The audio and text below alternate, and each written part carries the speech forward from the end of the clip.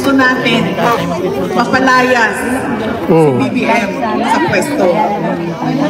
Kasi wala tayong nakikita pagbabago o pagtutuloy ng pagbabago na nasimulan ni dating Pangulong Rodrigo Duterte. Yan ang rason kung bakit natin siya binoto.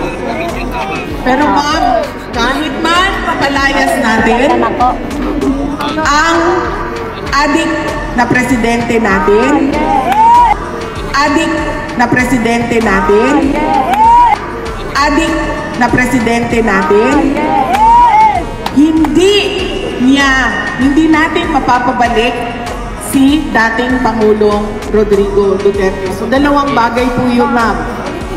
Kailangan natin mapadismiss ang kaso ni Pangulong Duterte at mapabalik siya sa Pilipinas. Lalaban tayo! Iba po yung bagay na meron